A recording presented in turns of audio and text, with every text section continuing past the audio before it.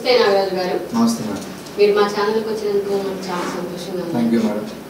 మీరు human rights లోకి రావాలని మీరు ఎందుకు అనుకున్నారు? మేము చిన్నప్పటి నుంచి కొంచెం నిరుపేద కుటుంబంలో పుట్టామండి. మా అమ్మగారు కానీ మా నాన్నగారు కానీ కష్టపడి పని చేస్తాం మమ్మల్ని పెంచారు. అయితే నేను డిగ్రీ కంప్లీట్ అయిపోయిన తర్వాత సివిల్స్ రాసి ఐఏఎస్ చేద్దామని ఆలోచన ఉండేది. అయితే అంత స్తోమత లేక అంత డబ్బు లేక నేను దాన్ని డ్రాప్ అయ్యి ఆ మార్గంలోనే సామాన్య ప్రజలకి బడుగు బలహీన వర్గాలకి ఏ విధంగా న్యాయం చేద్దాం ఆలోచన తరుణంలో నాకు ఈ హ్యూమన్ రైట్స్ అనేది కనపడింది. దీంట్లోకి రావటం వల్ల అధికారులు కానీ రాజకీయ నాయకులు కానీ ఏదో ఒక విధంగా మన కాంటాక్ట్ అవుతారు. దాని ద్వారా సామాన్య ప్రజలు ఎవరైనా ఉంటే వారికి మనం సాయం చేయవచ్చు అని చెప్పి ఆ విధంగా నేను హ్యూమన్ రైట్స్ ఎంచుకొని మనలాంటి నిరుపేద కుటుంబాలు ఎవరైతే పుట్టారో మన వంతు సాయంగా వాళ్ళకి ఏదో ఒకటి అందిద్దామన్న ఉద్దేశంతో ఈ హ్యూమన్ రైట్స్ రావడం జరిగింది.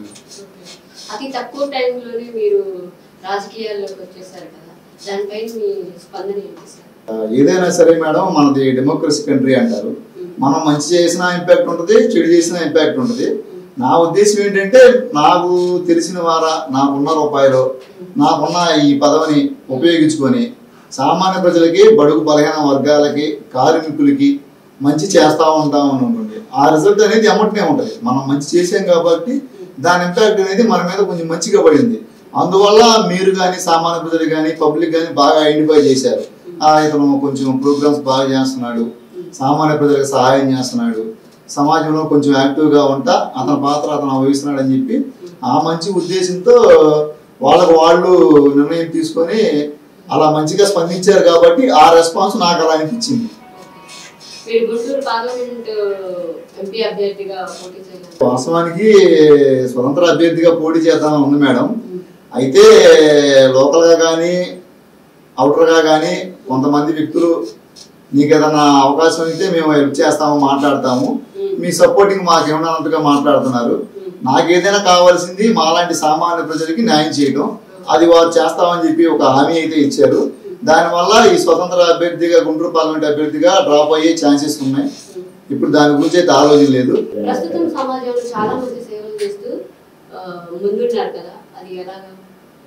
ముందుంటాం అనేది నేనేం ఏర్పరచుకుంది కాదు మేడం, అది ప్రజలే చూస్తా ఇచ్చింది. సమాజ సేవ అంటే ఏమి లేదు మేడం. నా దగ్గర ఒక 100 రూపాయలు ఉంది అనుకోండి, ఒక 90 రూపాయలు ఎదురుడి ఖర్చు పెడతామని వస్తే ఇది మాలాంటి బడుగు బలహీన వర్గాలకి. దానివల్ల ఏంటంటే నేను ఎదురుడు సాయం చేసిన సంతృప్తి నాకు ఉంటుంది, నేను చేసిన ఆనందం వాళ్ళకు ఉంటుంది. మనం ఎంత సంపాదించుకుని ఏం చేసినా ఉన్నంత వాటికే పోయిన తర్వాత మనం ఏం చేసుకోలేం. ఆ ఉద్దేశం ఏంటంటే 10 మందికి మంచి చేస్తే రేపు 10 తరాలైనా సరే మన గురించి మంచిగా చెప్పుకుంటారు, పలానా వ్యక్తి ఉన్నారా సాయం చేసేవాళ్ళని చెప్పుకుంటారు. దానివల్ల ఇంకో 10 మందికి సేవ చేసే అవకాశం ఉంటుంది. దానివల్ల ఇక ఎదుటి ప్రజలు ఆ నిర్ణయం తీసుకొని నేను ముందున్నాను వెనకాలని వాళ్ళు డిసైడ్ అవుతున్నారు. అంతమించి ఆ గొప్పతనం అయితే నాదేం కాదు మేడం. విద్యార్థులు సామాన్య ప్రజల మద్దతు మీకు ఎలా వచ్చింది సార్? అంటే వచ్చేది ఏం లేదు మేడం. నేను ఖాళీ ఉన్నప్పుడల్లా కొంచెం కళాశాలకు వెళ్ళి విద్యార్థులు కౌన్సిలింగ్ ఇచ్చేవాడిని. మీ తల్లిదండ్రుల యొక్క పాత్రత, మాస్టర్ల యొక్క పాత్రత, మీ పాత్రత సమాజంలో ఎలా ఉండాలి, మీరు ఎలా అభివృద్ధి చెందాలి, మీరు ఏ విధంగా ముందుకు పోవాలి, ఏ విధంగా ఉన్నత స్థానాలు భవిష్యత్తులో ఉన్నత స్థానానికి వెళ్ళాలని చెప్పి వాళ్ళకి మోటివేషన్ క్లాసులు ఇచ్చేవాడిని. నా వరకు నేను ఆనెస్ట్గా నీతి నిజాయితీగా ఏ స్వార్థం లేకుండా వాళ్ళకి మంచి చెప్పే పనిలో ఉన్నాను. దానివల్ల ఏంటంటే ఎదుటికి మనం చెప్పని అవసరం, నేను మంచివాడిని, నేను చెడ్డవాడిని, నేను అలా ఉంటే ఎలా ఉంటాను, వాళ్ళకి అది అర్థమైపోయింది. మనం ఏం చెప్తున్నాం అనేది వే ఆఫ్ టీచింగ్ అనేది వాళ్ళకి అర్థమైపోయి వాళ్ళకై వాళ్ళు ఎప్పుడైనా పిలిచినా కూడా స్వతంత్రంగా నేను ఒక మాట పిలవగానే విద్యార్థులు కానీ యువకులు కానీ సామాన్య ప్రజలు కానీ విద్యార్థికి సంబంధించిన సమస్యలు కానీ వాళ్ళు నాకు సపోర్ట్ ఇవ్వడం జరుగుతుంది. అట్లాగే వాళ్ళకి ఇన్ కేసు ఏదైనా అవసరమైనా నేను వెనకాల నుండి వాళ్ళకి మద్దతు ఇస్తాను. అంటే మేడం 1920s మనకి బ్రిటిష్ ఇండియా ఉన్న టైంలో ఫస్ట్ జనరల్ ఎలక్షన్స్ జరిగాయి. అవి ఇంపీరియల్ కౌన్సిల్ అని చెప్పి అలాగే కౌన్సిల్ అని చెప్పి 2 రకాలుగా ఎలక్షన్ జరిగాయి వాళ్ళకి. ఆ తరుణంలో మనకి 1951-52లో జనరల్ ఎలక్షన్స్ జరిగినాయి.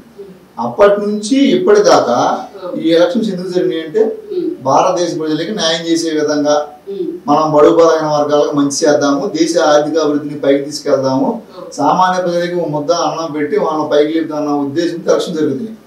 అయితే అప్పుడు రాజకీయాలు వేరు, ఇప్పుడు రాజకీయాలు వేరు.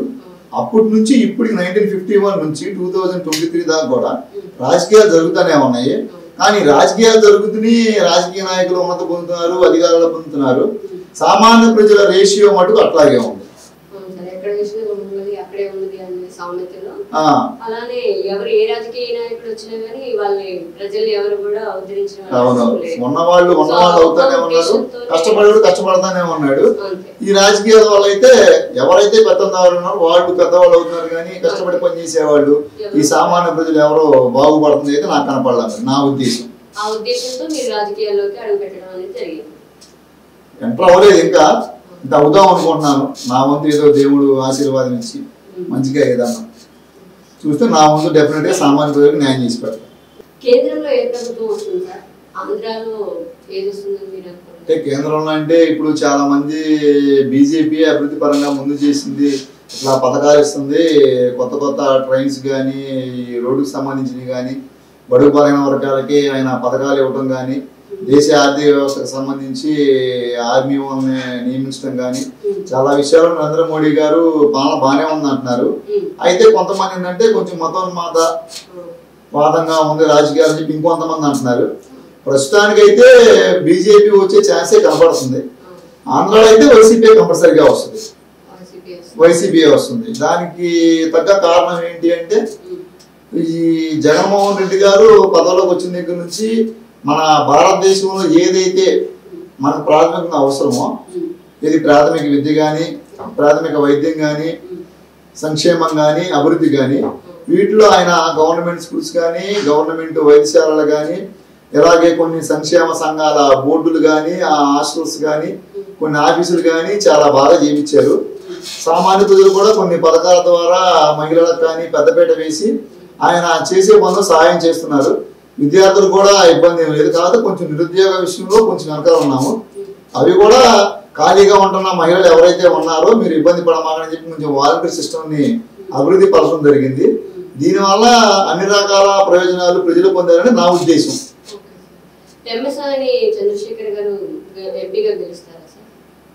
మేడం గెలుస్తారా అనేది కొంచెం 50-50 ఛాన్సే మేడం.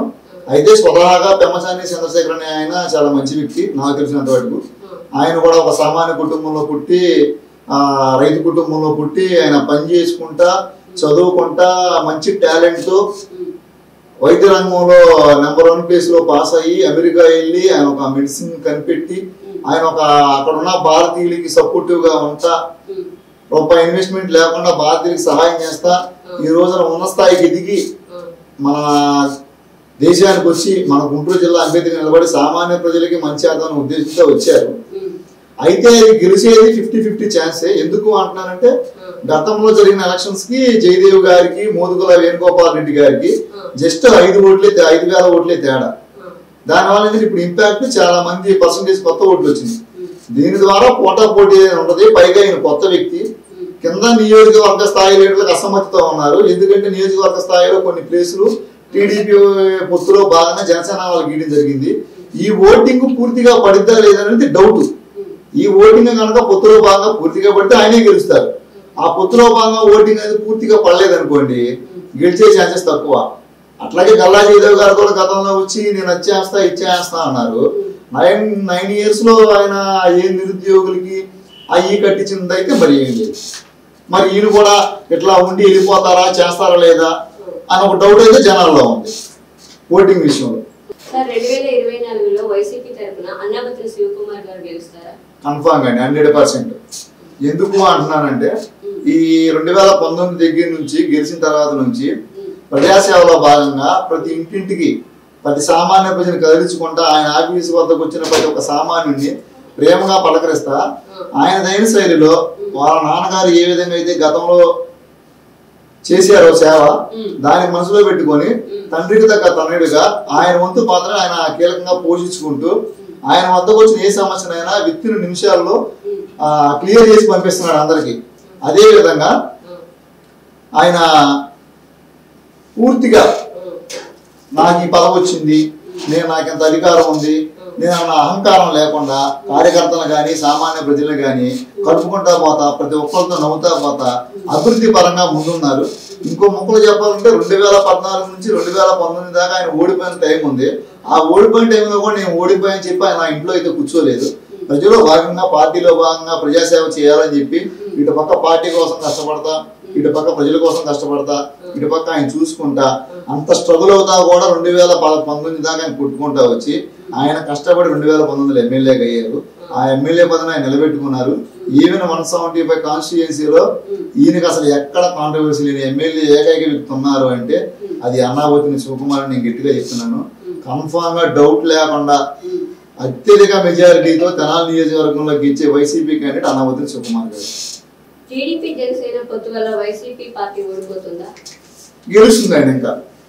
ఎందుకంటే టీడీపీ జనసేన ఇద్దరు కూడా పోటాపోటీగా హేమీలు ఉన్నారు కాబట్టి చంద్రబాబు నాయుడు గాని ఇటు పవన్ కళ్యాణ్ గారు గాని ఇద్దరు హేమీలే కాబట్టి అందులో ఒకటి మోడీ గారు కూడా సపోర్ట్ చేస్తున్నారు కాబట్టి ఇది కొంచెం ఈసారి తెలుగుదేశమే వస్తుందని చెప్పేసి ప్రజల యొక్క అభిప్రాయం ఉంది. అంటే మేడం మీరు మీ స్పందన ఏంటి సార్?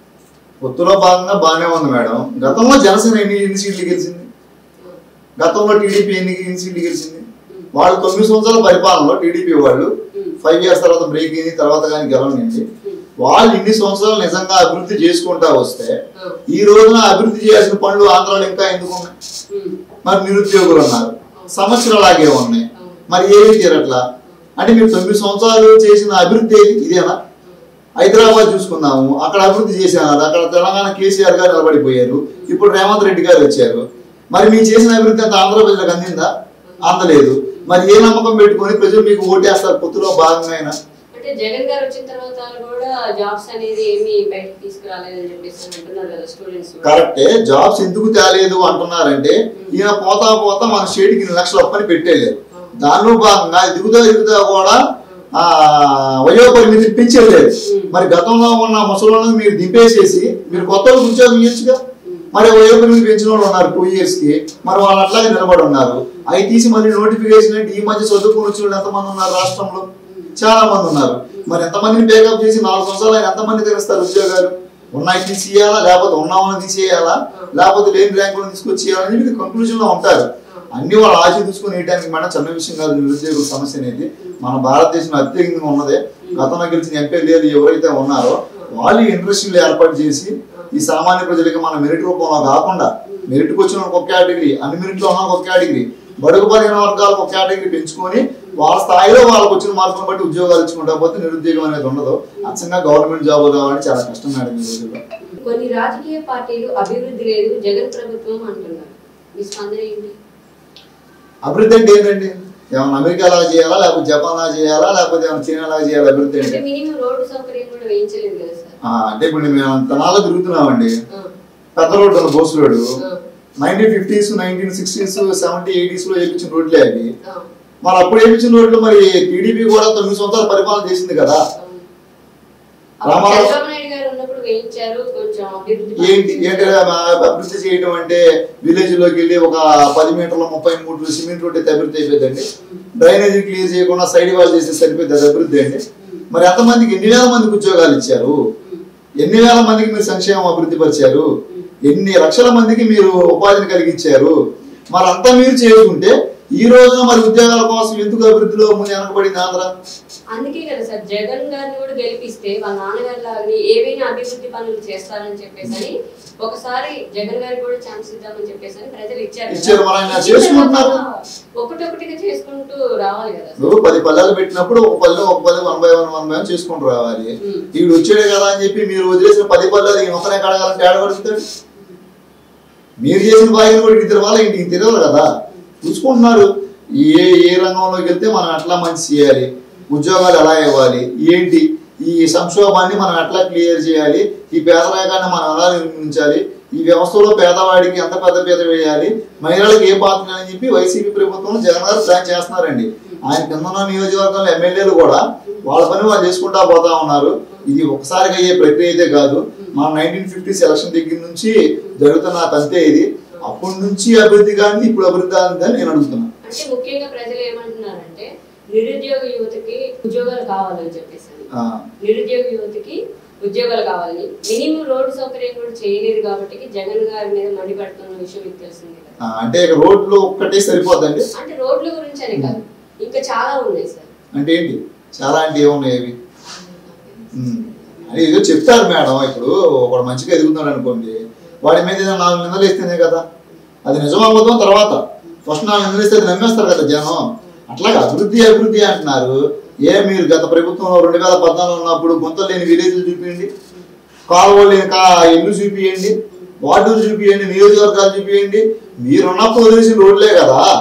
మీరు అప్పులు చేసి వెళ్తే ఇతను వచ్చి ఎందుకు దాన్ని పోర్చాలి? ఆ కార్యక్రమం మీరు చేసినా సరే, అన్ని వేల కోట్లు అప్పు ఉన్నా సరే, సీఎం అయినందుకు ఆయన పని ఆయన చేసుకుంటున్నారు. నియోజకవర్గ స్థాయి ఎమ్మెల్యేలు పెట్టుకొని ఆ పాత్రని ఆయన చేసుకుంటూ ఆయన పని ఆయన చేసుకుంటున్నారు. ఇబ్బంది లేదు. అభివృద్ధి అనేది ఒకసారిగా జరగదండి, అది నిదానంగా జరుగుకుండా కోసం ప్రక్రియ జరుగుతూ ఉంటది. ఇక్కడ చూసుకుంటే మరి తెలుగుదేశం వాళ్ళకి ఎడ్యుకేషన్స్ బాగున్నారు, ఇండస్ట్రీలు తెస్తామన్నారు. మరి ఆ రోజున సింగపూర్ వెళ్ళి సింగపూర్ భాషను తీసుకొచ్చి తెనాల్లో పెడతాను, ఆంధ్రాలో పెడతాను అన్నారు. 250 కోట్లు ఖర్చు చేశారు. మరి 250 కోట్లు ఖర్చు చేసిన లిస్ట్ ఏదండి? మరి అభివృద్ధి ఏది? వరదాగా వాళ్ళకి పెట్టే వదిలి సంక్షేమ సంఘానికి ఇవ్వచ్చు కదా 250 కోట్లు. ప్రపంచంలో మన దేశం అతి పెద్ద ప్రజాస్వామ్య దేశం. మరి ప్రజలకు డెమోక్రసీ ఎక్కడ ఉందండి? ప్రజాస్వామ్య దేశం అని చెప్పుకుంటమే కానీ మన దేశంలో డెమోక్రసీ అనేది అసలు లేదండి. ఇది ఓటింగ్ పరంగా అయితే ఉంది, కానీ ఎప్పుడైతే ఓట్లు వేసి జనాలు అధికారులను ప్రభుత్వ అధికారులను గెలిపిస్తున్నారో వాళ్ళు ఆటోమేటిక్ గా వీళ్ళ పవర్స్ని తీసుకుంటున్నారండి. ఏదన్నా సామాన్య ప్రజలు వచ్చి మా అయ్యా మాకు ఇది చేయను అనగానే వాళ్ళు పెత్తనం చూపిస్తున్నారు. గురజాడప్పారు ఏమన్నారు? దేశం అంటే మట్టి కాదు మనుషులు అన్నారు. మీరు ఓటేసిన దాకా ఒకలాగా ఉంటున్నారు, ఓటు వేపించుకున్న దాకా ఒకలాగా ఉంటున్నారు. ఓటేసే ముందేమో చేతులు పట్టుకుంటున్నారు, ఓటేసి గెలిపించిన తర్వాత జుట్టు పట్టుకుంటే ఇంకా కాలుతో కొడుతున్నారు. మరి ఇంకా ప్రజాస్వామ్యం దేశం ఏంటండి? ప్రజాస్వామ్యం మనం అనుకుంటున్నాం, ఇక్కడ ప్రజాస్వామ్యం లేదు. నిజంగా ప్రజాస్వామ్యం ఉంటే ఈవెన్ సంవత్సర కాలంలో ఏ ప్రభుత్వ అధికారి అయితే రాజకీయ నాయకుడు అయితే చేయట్లేదో ఆ రాజకీయం తీసేసి హక్కు ప్రజలకు ఉంది. మరి ప్రజా తిరుగుబాటు లేదు కదా మన దేశంలో. భయపడుతున్నారు. ఎందుకు భయపడుతున్నారు అంటే రాజకీయాలు అట్లా ఉన్నాయి మన దేశంలో కానీ మన రాష్ట్రంలో కానీ. సామాన్య ప్రజలు అడగాలంటే భయపడుతున్నారు. సంక్షేమం పని కానీ చెప్పి వీళ్ళ ఓట్లు వేయించుకొని వీళ్ళకి చేయాల్సిన నిధులు ఏవైతే ఉన్నాయో అవి ఎక్కడ పోతున్నాయో ఏమవుతున్నాయో కూడా తెలియట్లా. మరి ఉన్నవాళ్ళు అయిపోతున్నారు. మరి ప్రజలుగానే ఉంటున్నారు. ఏ ప్రభుత్వం మారినా అయ్యా మాకు అంటున్నారు. మరి ఏంటి దీంట్లో ఉన్న గోల్మాల్ అంటే మన అర్థం కావట్లేదు. నిజంగా చేస్తే ఇక్కడ పేదలకు ఎందుకు ఉండదు? నిజంగా చేస్తే అభివృద్ధి ఎందుకు? ప్రతి ఒక్కరు రాజకీయాల్లోకి వచ్చేది ఎందుకంటే వాళ్ళ ఆస్తులు కాపాడుకోవడానికి వస్తున్నారు. అలాగే మాత్రానికి ఎవరు న్యాయం అయితే చేయట్లా కనపడుతుంది మేడం. ఎందుకంటే ఇన్ని పార్టీలు మారుతున్నాయి. ఈవెన్ కాంగ్రెస్ మారింది, బీజేపీ మారుతుంది, తెలుగుదేశం మారింది, వైసీపీ వచ్చింది, అంతే. ప్రజల జీవనం మారట్లేదుగా. వాళ్ళ సమస్యలు మారట్లా, నిరుద్యోగం మారట్లా, పేదరికం మారట్లా, వాడి బ్రతుకులు మారట్లా, వాడి సమస్యలు తీరట్లా. ఆర్థికంగా అల్లాడిపోతున్నారు భారతదేశంలో. జీడిపిలో తీసుకుంటే గ్రోత్ వచ్చేసేసి 7.3 ఉంది వరల్డ్ గ్రోత్ వచ్చి ఫినామినల్. అలాగే ర్యాంకులో ఉంటే 5th ర్యాంకులో ఉంది, కానీ పావర్టీలో బిలోలోనే ఉంది. ఎందుకని? దీని తేడా ఏంటి? పాపులేషన్ లో 143 కోట్లు దాటిపోయాము. మరి అప్పటి నుంచి ఇప్పటికి వెనకబడిన దేశాలు ఉన్నాయి, అవి మనకన్నా ముందుకు వెళ్ళిపోతున్నాయి, మన దేశం కూడా కావట్లేదు. మళ్ళీ ఈ రాజకీయ నాయకులు ఒకరి మీద ఒకరు దుమ్మెత్తి పోసుకోవడమే తప్పక అందులో నువ్వెంత అంటే నువ్వెంత అని వీళ్ళే పాపులారిటీ చేసుకుంటున్నారు తప్ప ప్రజలకు మాత్రానికి వాళ్ళు ఏమైనా ఉద్ధరించింది అయితే ఏమీ లేదు సార్. రాజకీయ ఏమన్నా ఉంటే ఈ రోజున మనం అట్లా ఎందుకు మాట్లాడుకుంటాం మేడం? అలాంటివి ఉంటే మనకి ఇలాంటి ఇంటర్వ్యూ డిబేట్లు కూడా ఉండవు కదా. ఏదైనా ప్రజలకు చేసే నాయకుడు కావాలి, రావాలి. ఆ వచ్చిన దాకా మారిన దాకా ఈ మన దేశం ఇంతే. ప్రజలు ముందుగా ప్రశ్నించే గొంతుకతో ముందుకు రావాలి. అడిగే వాళ్ళు తొక్కేస్తారు కదా మేడం. ఎందుకు తొక్కేస్తారు సార్? వాళ్ళు అడిగే ప్రశ్నలో న్యాయం అనేది ఉంటే ఏ రాజకీయ నాయకుడు కూడా మాట్లాడలేవు కదా. గతంలో గల్లా జయదేవ్ ఎంపీగా గెలిచే ముందు అభివృద్ధి పనులు చేస్తాను అని చేయలేదు అని కొందరు అంటున్నారు. అది నిజమేనా సార్? నిజమే మేడం, 100కు 100. ప్రచారంలో భాగంగా తిరుగుతా 2014 ఎలక్షన్స్ లో నేను ఇచ్చేస్తా నేను అసలు ఇంకెందుకు తెనాల్లో పెదరావులో బురిపాలెం ఇండస్ట్రీలు పెడతా ఇచ్చేస్తా అన్నారు. 7 నియోజకవర్గాల్లో నువ్వు ఎన్ని వేల మందికి ఉద్యోగాలు ఇప్పించారు? గల్లా జయదేవ్ గారిని అడుగుతున్నా. 7,000 నియోజకవర్గాల్లో గల్లా జయదేవ్ గారు మీరు ఎంతమందికి ఉద్యోగాలు ఇప్పించారు? ఎన్ని ఫ్యాక్టరీలు కట్టారు? ఎన్ని ఇండస్ట్రీలు కట్టారు? ఎంతమందిని బాగు చేశారు? ఎంతమందికి ఉపాధిని ఇచ్చారు? ఎంతమంది మహిళలకి మీరు ప్రధాన పాత్ర పోషించేలాగా నువ్వు ఆదుకున్నారు? ఏది మీ అభివృద్ధి? ఏది ఉంటే అక్కడ ఉంటారు లోక్సభలో, లేదంటే అమెరికాలో ఉంటారు, లేదంటే చంద్రబాబు గారి దగ్గర ఉంటారు. మరి మిమ్మల్ని నమ్మేసిన సామాన్య ప్రజలు ఏంటి? గొర్రె మందలా నేను అడుగుతున్నా. లేదా మీరు చేయలేదా? లేదు. ఈసారి గుంటూరు ఎంపీ సీటు కూడా టీడీపీకి వెళ్ళడం కష్టం. ఎందుకంటే ఆయన చేసుకుంటే జనాలు నమ్మి వేసేవాళ్ళు ఓట్లు. ఆయన ఏం చేయాలి? మళ్ళీ 2019 కూడా గెలిచారు 5,000 మెజారిటీతో. 5,000 పెద్ద మెజారిటీ కాదు, ఈసారి రేషియో పెరిగింది. కనపంగా వైసీపీ కంటే గుంటూరు కూడా గెలిచే అవకాశం ఉంది. ఆయన ఏదైనా గతంలో చేసి ప్రజలకు సహాయం చేసి ఉంటే ఇప్పుడు పెమ్మసాని చంద్రశేఖర్ గారు ప్లస్ అయ్యేది. బల్లాజీదేవి గారు చేయలేదు కాబట్టి ఈయన ఏం చేస్తారని చెప్పి జనాలు లైట్ తీసుకుంటారు.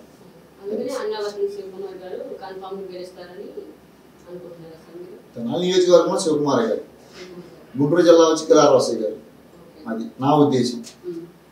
సార్, బీజేపీకి 400 సీట్లు ఇస్తే రాజ్యాంగం మారుస్తాను అంటున్నారు. దీనివల్ల ఏమైనా ఇంపాక్ట్? మనకి బిఫోర్ ఇండిపెండెన్స్ భారతీయుల్ని ఈస్ట్ ఇండియా కంపెనీ వాళ్ళు బ్రిటిషర్స్ చాలా ఇబ్బందులు పెట్టి పైచాచికంగా మహిళలను హింసించి మగవాళ్ళని కొట్టి చంపి దారుణంగా హింసించారు. ఒక కుక్కలను ట్రీట్ చేసినట్టు చేశారు. ఆ టైంలోనే చంద్రశేఖర్ ఆజాద్ గారు కానీ, భగత్ సింగ్ కానీ, సుభాష్ చంద్రబోస్ కానీ, ఈయన రాజ్గురు కానీ, సుఖ్దేవ్ కానీ, వీళ్ళందరూ దేశ స్వాతంత్రం కోసం, బడుగు బలహీన వర్గాల స్వతంత్ర సమర యోధుల కోసం, మన భారతదేశ ప్రజల కోసం వారి ప్రాణాలను త్యాగం చేసి, ఈ రోజున వాళ్ళు ఎక్కడో ఉంది ఇంత కష్టపడి ప్రాణాలను త్యాగం చేసింది కూడా మన భారతదేశ ప్రజల కోసం. అదంతా మర్చిపోయి ఈ రోజున రాజకీయ నాయకులు కూడా వాళ్ళ పాత్రను పోషించుకుంటా ఏదో ప్రజలు చేస్తామన్నారు, కానీ చేసింది అయితే నాకేం కనపడతలేదు. ఆ రకంగా చూసుకుంటే డాక్టర్ బిఆర్ అంబేద్కర్ గారు ఆ రోజున బ్రిటిషర్స్ ఎదిరించిన భగత్ సింగ్, రాజ్గురు, సుఖ్దేవ్, చంద్రశేఖర్ ఆజాదులు ఎలాగైతే పోరాటం చేశారో అదే తరుణంలో ఆఫ్టర్ ఇండిపెండెన్స్, బిఫోర్ ఇండిపెండెన్స్ లో కూడా అంబేద్కర్ గారు బడుగు బలహీన వర్గాల అభ్యున్నతి కోసం ఆయన ఎంతో కృషి చేసి రాజ్యాంగాన్ని రాసి ఒక్కొక్క రాజ్యాంగంలో ఉన్న అంశాన్ని పేదలకు అందాలని చెప్పి ఆ ఫలాలు పేద ప్రజలు తీసుకోవాలని చెప్పి ఆయన ఎంతో కష్టపడి జీవితాన్ని త్యాగం చేసి అంబేద్కర్ గారు రాజ్యాంగాన్ని రాయడం జరిగింది. ఆ రాజ్యాంగం వచ్చిన తర్వాత కొన్ని లక్షల మంది లబ్ధి పొందారు ఈ ఇండియాలో అన్ని రాష్ట్రాల వాళ్ళు. ఈ రోజున నువ్వేదో 400 సీట్లు వస్తే రాజ్యాంగం మారుస్తా అంటే రాజ్యాంగం మార్చిన 4వ నిమిషమే నీ పార్టీ లేకుండా పోతుంది, మీ బీజేపీ అసలు లేకుండా పోతుంది. బడుగు బలహీన వర్గాల బలం ఏంటో అప్పుడు చూస్తారు. ఒక్కసారి రాజ్యాంగం తీసేయడం జరిగితే ఈ సామాన్య ప్రజలు బడుగు బలహీన వర్గాల రిజర్వేషన్ కేటగిరీలు ఎవరైతే ఉన్నారో ఒక్కసారి ఏకమై ఎజెండా చూపించారు అంటే ఈ దేశం ఆర్థిక వ్యవస్థ ఎంత ఇబ్బంది పడుతో దాని రిజల్ట్ తర్వాత చూస్తారు. మీ యొక్క విలువైన సమయాన్ని మా D1 న్యూస్ కి కేటాయించినందుకు మీరు ఇంకా ఎంతో ఎత్తుకు ఎదిగి పేద ప్రజలకు ఎంతో ఉపయోగపడాలని మరొక్కసారి మా D1 యాజమాన్య తరఫు నుంచి మీకు కృతజ్ఞతలు. Thank you very much madam. నా వంతు సాయం దేవుడు చల్లగా చూసి పెద్ద సహాయం సపోర్ట్ సామాన్య ప్రజలు నా సపోర్ట్ ఇస్తే కంపల్సరీగా ముందు సామాన్య ప్రజలుగా బడుగు బలహీన వర్గాలుగా నా వంతు సాయంగా నేను చేస్తున్నాను.